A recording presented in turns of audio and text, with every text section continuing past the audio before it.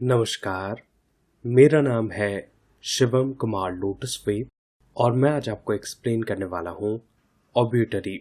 यह एक पोयम है जिसे लिखा है A.K. रामानुजन ने। सबसे पहले हम इस लेसन के टाइटल के बारे में जानेंगे। ऑब्यूटरी ऑब्यूटरी का मतलब होता है a notice of the death of a person, यानी किसी व्यक्ति की निधन सूचना को ऑब्यूटरी कहा जाता है। इसे शोक समाचार या फिर निधन सूचना भी कहा जा सकता है। इस पोएम में यह बताया गया है कि पिता की मृत्यु के बाद पोएट को किन चीजों का सामना करना पड़ता है। यह पोएम एक बातचीत भरे अंदाज में लिखी गई है। इस पोएम में पोएट ने व्यंग्य का इस्तेमाल करते हुए रीति रिवाजों पर टीका टिप्पणी की है। अब हम पोएट A.K. रामानुजन जी के बारे में जानेंगे। A.K. रामानुजन जी का पूरा नाम था अट्टीपट्टी कृष्णस्वामी रामानुजन। अब आप रामानुजन जी का एक बहुत ही प्यारा फोटोग्राफ इस स्लाइड में आसानी से देख सकते हैं। रामानुजन जी का बर्थ हुआ था 16 मार्च 1929 में और इनकी मृत्यु हुई थी 13 जुलाई 1993 में। रामानुजन जी को साहित्य अकेडमी अवार्ड से नवाजा गया था। अब हम बात करेंगे A.K. रामानुजन जी के कुछ बहुत ही फेमस नोटेबल वर्क्स के बारे में, जैसे द कलेक्टेड पोएम्स, 300 रामायणास और a flowering tree, a woman's tale. अब मैं आपको ये पोएम बेहद सरल व आसान शब्दों में एक्सप्लेन करूंगा। पोएम की शुरुआत से पहले हम कुछ डिफिकल्ट वर्ड्स देखेंगे, जैसे डेट। डेट का मतलब होता है कर्जा या फिर ऋण। बेड वेटिंग का मतलब होता है बिस्तर में पेशाब करना या फिर गद्दा गीला करना। Father, when he passed on, left dust on table of papers, left dead and daughters. पिता जब गुजर गए तब वह पीछे टेबल पर धूल छोड़ गए, जिस टेबल पर कई सारे पेपर्स रखे हुए थे। पोएट यहाँ पर यह बताते हैं कि उनके पिता गुजर गए हैं, उनका निधन हो गया है। वह उनके लिए कोई भी धन संपत्ति नहीं बल्कि टेबल पर धूल छोड़ गए हैं, जिस पर कई सारे पेपर्स रखे हुए हैं। साथ ही वह कर्ज छोड़ गए हैं और बेटियां छोड़ गए हैं। इस लाइन से क्लियर होता है जो टेबल पर पेपर्स रखे हुए हैं वह पेपर्स असल में कर्ज के हैं, डेट के हैं, जो पिता की मृत्यु के बाद अब उनके बेटे यानी कि राइटर को चुकाना होगा। साथ ही वह कई सारी बेटियां भी छोड़ गए हैं जिनकी शादी अब पोएट को करनी थी। यह बेटियां भी एक कर्ज की तरह थी, क्योंकि उनकी शादी के लिए पैसे इकट्ठा करना था और दहेज भी देना था। यह पोएम 1972 में लिखी गई थी और उस समय दहेज लेना और देना काफी प्रचलन में था। A bed wetting grandson named by the toss of a coin after him.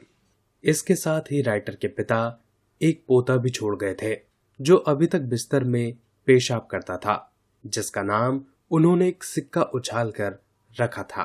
यानी पोएट का एक बेटा भी है जिसकी उम्र बहुत छोटी है, वह अभी तक बिस्तर में पेशाब करता है। यानी कि पोएट के ऊपर एक छोटे से बच्चे की बड़ी सी जिम्मेदारी भी है। इस पूरे स्टेंजा में हमें यह जानने के लिए मिलता है कि पोएट के पिता की मृत्यु के बाद वो खुद को जिम्मेदारियों से भरा हुआ पाते हैं।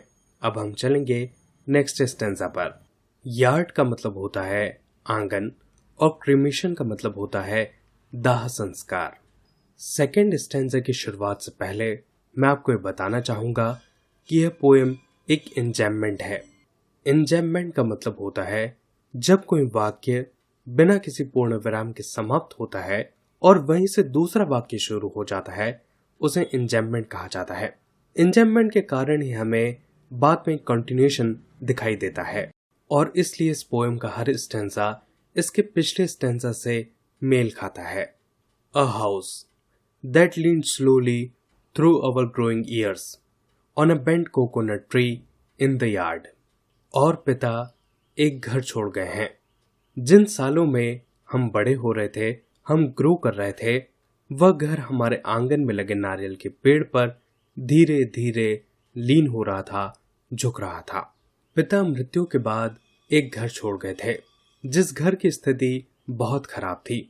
जिन सालों में पोएट और उनके भाई बहन बड़े हो रहे थे, उन सालों में यह घर धीरे धीरे नारियल की पेड़ की तरफ झुक रहा था।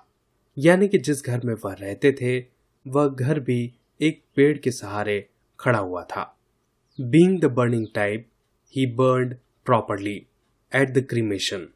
बीइंग बर्निंग टाइप का मतलब होता है गर्म मिजाज का व्यक्ति होना, यानी कि उन्हें बहुत जल्दी गुस्सा आ जाता था।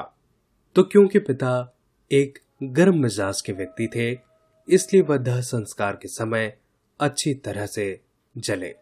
यहाँ पर फादर के कैरेक्टर के बारे में कुछ बताया गया है, यानी कि पोएट के फादर एक गुस्सैल मिजाज के व्यक्ति थे। अब हम चलेंगे नेक्स्ट स्लाइड पर। एशेस का मतलब होता है राख या फिर भस्म। स्पाइनल डिस्क का मतलब होता है रीढ़ की हड्डी।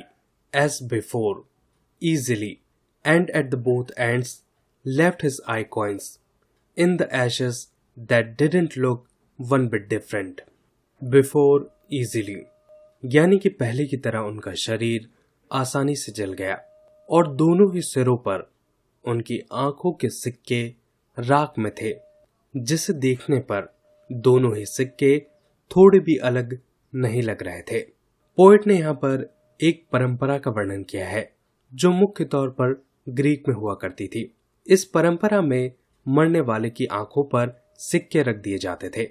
इसके पीछे मान्यता थी कि स्वर्ग में खड़े दैत्य उन्हें आसानी से स्वर्ग के अंदर आने देंगे। उन राख में दबे सिक्कों को देखकर ऐसा लग रहा था जैसे वह दोनों ही सिक्के थोड़े भी अलग ना हो। Several spinal disc rough, some burn to coal for sons. कई सारी स्पाइनल डिस्क यानी कि रीढ़ की हड्डियां रफ यानी कि पूरी तरह से जली नहीं थी और कुछ हड्डियां जलकर कोयला बन चुकी थी। यह हड्डियां उनके सन्स, उनके बेटों के लिए थी। भारतीय परंपरा के अनुसार मरने वाली की हड्डियों को उनके संतानों को दिया जाता है, जिससे फिर बाद में किसी पवित्र नदी में ठंडा किया जाता है ताकि मरने वाले की आत्मा को शांति मिले। अब हम चलेंगे नेक्स्ट स्लाइड पर। जिंजरली का मतलब होता है सावधानी से। लॉन्ग स्टैंडिंग का मतलब होता है पुराने समय से खड़ा होना। हेडस्टोन का मतलब होता है कब्र का पत्थर। To pick gingerly and throw as the priest said, facing east where the 3 rivers met near the railway station. उन हड्डियों को सावधानी से उठाकर, प्रीस्ट यानी कि पंडित के कहे अनुसार पूर्व में मुख करके, जहां पर 3 नदियों का संगम है, रेलवे स्टेशन के किनारे, वहां पर उन अस्थियों को फेंकना है, थ्रो करना है। पोएट यहाँ पर ये बताते हैं कि जैसे जैसे पंडित बताते हैं हमें वैसा वैसा ही करना होता है। यहाँ पर एक लाइन में कहा गया है वेयर द 3 rivers met। यहाँ पर संगम की बात की जा रही है, जहां पर 3 नदियों का संगम होता है, उसे त्रिवेणी भी कहा जाता है। यह संगम बहुत ही पवित्र माना जाता है और इसलिए यहाँ पर अस्थि विसर्जन का विशेष महत्व है। No long standing head stone with his full name and 2 dates to hold in their parenthesis. मेरे पिता के लिए कोई भी पुराना कब्र का पत्थर नहीं लगाया जाएगा जिस पर उनका पूरा नाम और 2 तारीखें एक कोष्ठक में लिखी होंगी। पैरेंथेसिस का मतलब होता है कोष्ठक। क्रिश्चियनिटी और मुस्लिम्स में यह परंपरा है कि जिस जगह पर शव को दफनाया जाता है वहां पर एक पत्थर लगाया जाता है। उस पत्थर पर मरने वाले व्यक्ति का नाम और 2 तारीखें लिखी होती है। एक जन्म तारीख होती है और दूसरी मृत्यु तारीख होती है, जिसे पैरेंथेसिस यानी कि ब्रैकेट्स में लिखा जाता है। अब हम चलेंगे नेक्स्ट स्टेंजा पर। गेटो का मतलब होता है बस्ती। Everything he didn't quite manage to do himself like his caesarean birth in a Brahmin ghetto. वह कुछ भी मैनेज नहीं कर पाए थे, यहाँ तक कि उनका जन्म भी एक ब्राह्मण बस्ती में सिजेरियन से हुआ था। पोएट अपने फादर को निकम्मा मानते हैं क्योंकि वह अपने जीवन में कुछ खास नहीं कर पाए थे। वह जो कुछ भी करते थे उसे मैनेज नहीं कर पाते थे। यहाँ तक कि वे खुद से पैदा भी नहीं हो पाए। उनका जन्म सिजेरियन से हुआ था, यानी कि उन्हें पेट काट कर निकाला गया था। उनका जन्म एक ब्राह्मण परिवार में हुआ था। हिंदू धर्म में ब्राह्मण सबसे ऊंची जाति होती है। ऊंची जाति में जन्म लेने के बावजूद भी वह कुछ खास नहीं कर पाए थे। And his death by heart failure in the fruit market, और उनका दिल काम करना बंद कर गया था, यानी उनका हार्ट फेलियर हो गया था, जिससे उनकी मृत्यु फल बाजार में हो गई, यानी कि उनका हार्ट भी एक फेलियर ही था। अब हम चलेंगे नेक्स्ट स्टेंजा पर। हॉकर्स का मतलब होता है फेरी वाला। But someone told me he got 2 lines in an inside column of a Madras newspaper। लेकिन किसी ने मुझे बताया कि मद्रास के न्यूज़पेपर के अंदर के कॉलम में उनके लिए 2 लाइनें लिखी गई थी। अब पोइट को कहीं से मालूम पड़ा कि उनके पिता के लिए मद्रास के एक लोकल अखबार में 2 लाइनें छपी थी। उनके पिता इतने प्रसिद्ध भी नहीं थे कि अखबार वाले उन्हें पहले पेज पर छापते। उनके लिए अंदर के कॉलमों में सिर्फ 2 लाइनें लिखी गई थी, जिससे शायद कोई पढ़ता भी नहीं है। Sold by the kilo exactly 4 weeks later to the street hawkers. उन अखबारों को ठीक 4 सप्ताह बाद फेरी वालों को किलो के भाव बेच दिया जाता है। जिस अखबार में शोक संदेश छपा था, उस अखबार को और उस जैसे कई अखबारों को ठीक 4 सप्ताह बाद किलो के भाव रद्दी में बेच दिया जाता है, यानी कि उन अखबारों का कोई भी महत्व नहीं रह जाता। अब हम चलेंगे नेक्स्ट स्टेंजा पर। कोरिएंडर का मतलब होता है धनिया।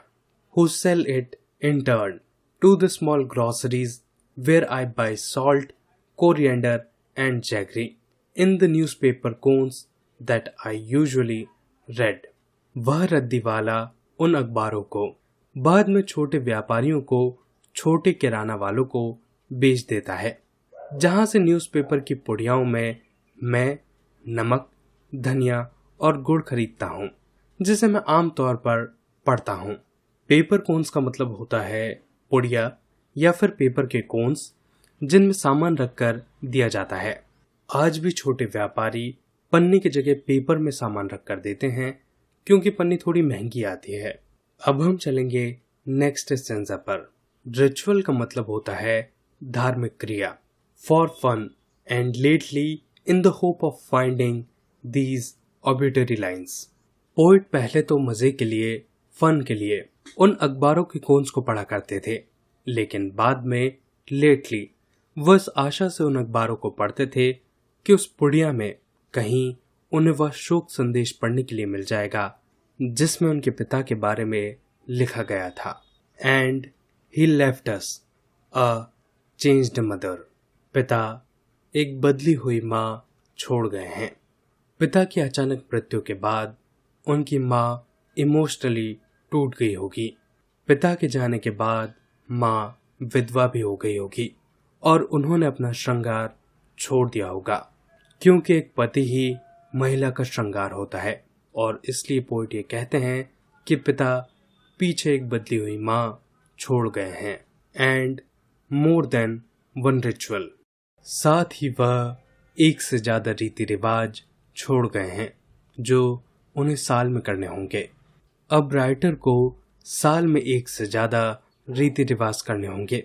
हिंदू धर्म में कई सारे रीति रिवाज होते हैं जो हमें अपने पुरखों के लिए करने होते हैं, जैसे कि श्राद्ध, जन्म तिथि और पुण्यतिथि मनाई जाती है। पोइट यहाँ पर इशारा भी कर रहे हैं उन रीति रिवाजों पर जो रीति रिवाज खोखले हैं, उनका कोई अर्थ नहीं है, लेकिन फिर भी हमें उन रीति रिवाजों का पालन करना पड़ता है। जैसा हमें बताया जाता है वैसा ही हमें करना होता है। दोस्तों, ये था इस पूरी पोएम का एक्सप्लेनेशन। आशा करता हूँ कि आपको ये पोएम आसानी से समझ में आई होगी। अगर आपको ये वीडियो अच्छा लगा हो तो प्लीज़ इसे लाइक कीजिए और चैनल को सब्सक्राइब कीजिए। अपने आसपास सफाई बनाए रखें और एक पेड़ ज़रूर लगाएं। आप सभी का बहुत बहुत धन्यवाद।